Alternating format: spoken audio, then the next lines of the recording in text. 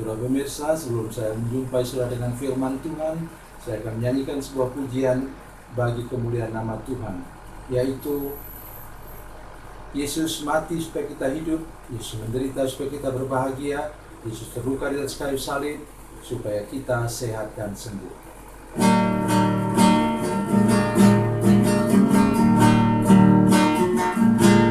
Yesus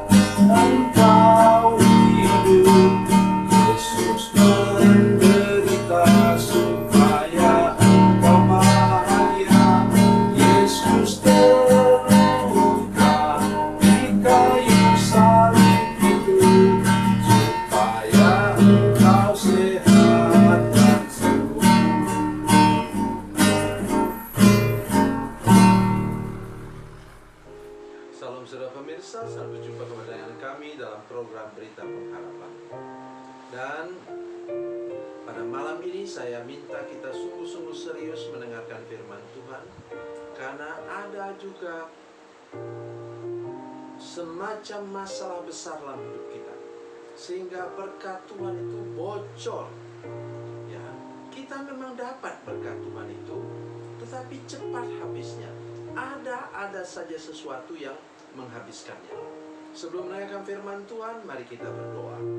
Bapa, dalam nama Yesus kami datang kepadamu Tuhan, minta anugerah dan pertolongan Tuhan bagi kami pada malam hari ini. Kami mendengarkan firman-Mu, dan tolong supaya semua Tuhan bersihkan telinga kami dan pendengaran kami, bersihkan mata kami supaya bisa menyaksikan program ini dengan sangat jelas, dan lindungi hati pikiran kami supaya kami tertuju kepada firman Tuhan saat kami menyaksikan program ini. Terima kasih Tuhan, dalam nama Yesus, haleluya, amin. Mari kita baca firman Tuhan dari Perjanjian Lama, kitab Nabi Hagai. Hagai pasal 1 ayat yang ke-6. Hagai 1 ayat 6. Kamu menabur banyak, tetapi membawa pulang hasil sedikit. Kamu makan tetapi tidak sampai kenyang. Kamu minum tapi tidak sampai puas. Kamu berpakaian tetapi badanmu tidak sampai panas. Dan orang yang bekerja untuk upah, ia bekerja untuk upah yang ditaruh dalam pundi-pundi yang berlobang. Amin. Inilah kutuk yang kedua yang sangat terkenal dalam Alkitab, yaitu kutuk pundi-pundi berlobang. Apa artinya saudara sekalian? Saudara menerima berkat Tuhan itu. Ini beda dengan kutuk belalang pelap tadi. Kalau belalang pelap itu sudah mulai katakanlah padi itu sudah mulai mau keluar bulir-bulirnya, tetapi kemudian dimakan habis oleh belalang-belalang. Ini lain lagi. Pada masa lalu, pada masa firman Tuhan ini, semua uang dalam bentuk koin, sehingga ditaruh dalam pundi-pundi atau kantong. Dan kantongnya ternyata berlubang. Apa penyebabnya? Mari kita lihat bersama-sama.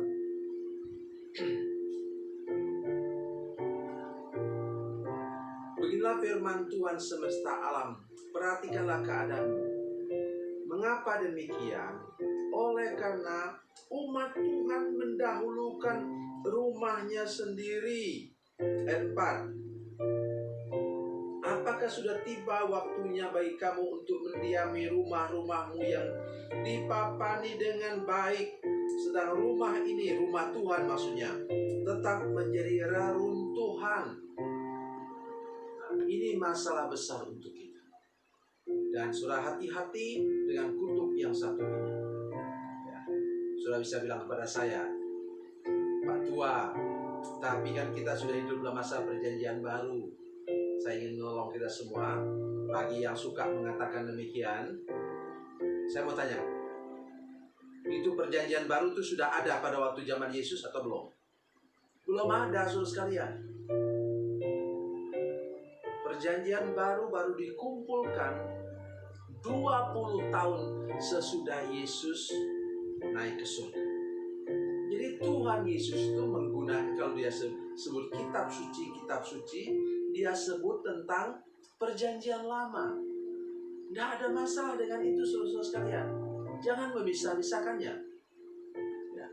Oleh karena itu saya minta pada hari ini supaya mata kita dibukakan oleh Roh Kudus untuk mengerti benar.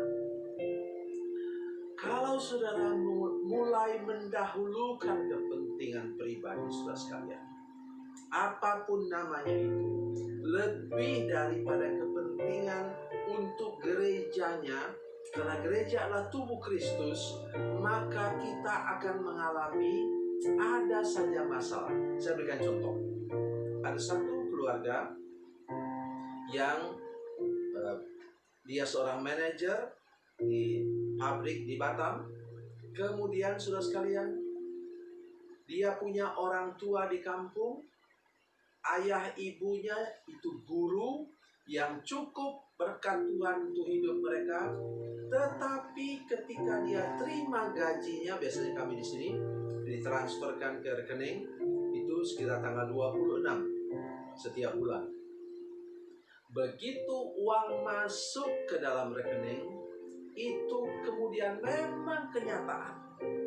Ditelepon oleh orang tua dari kampung, kami, bapakmu atau mamamu masuk rumah sakit, adikmu masuk rumah sakit. Itu sudah sering terjadi begitu.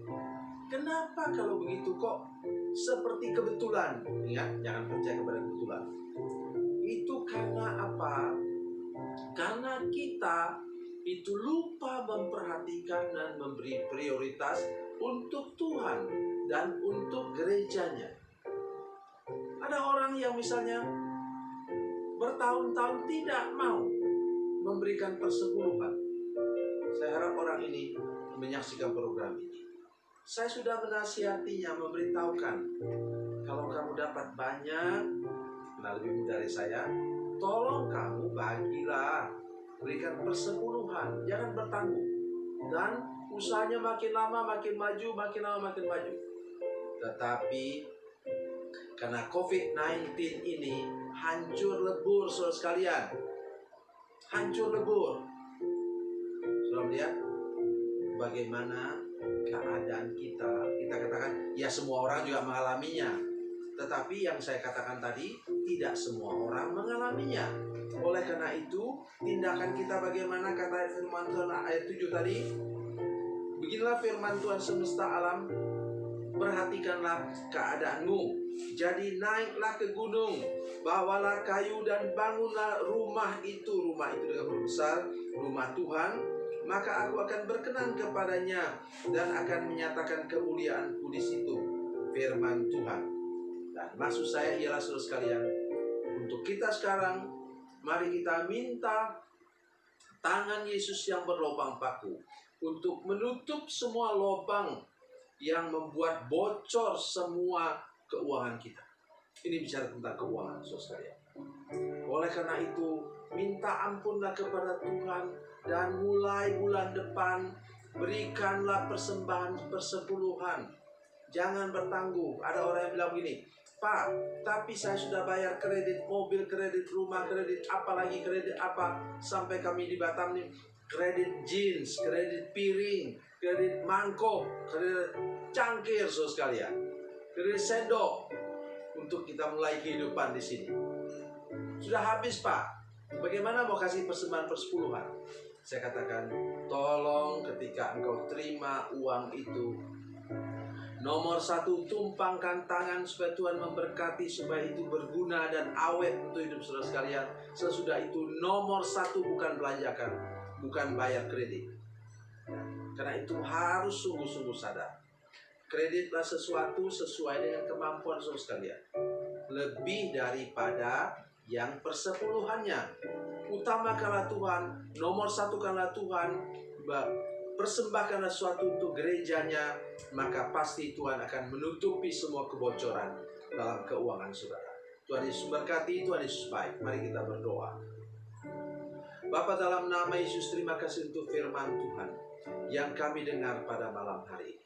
Tolong supaya kami semua sadar dan tidak pernah lagi memprioritaskan diri sendiri melebihi gerejamu, melebihi pekerjaan Tuhan dalam hidup kami, supaya berkat Tuhan bertambah-tambah banyak dan kami dapat mengalami hidup yang sukses dan makmur dan diberkati oleh Tuhan.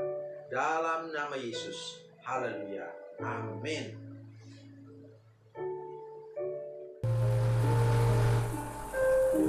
Bila Anda memerlukan dukungan doa kami, atau bila Anda punya masalah yang ingin didoakan, silakan menghubungi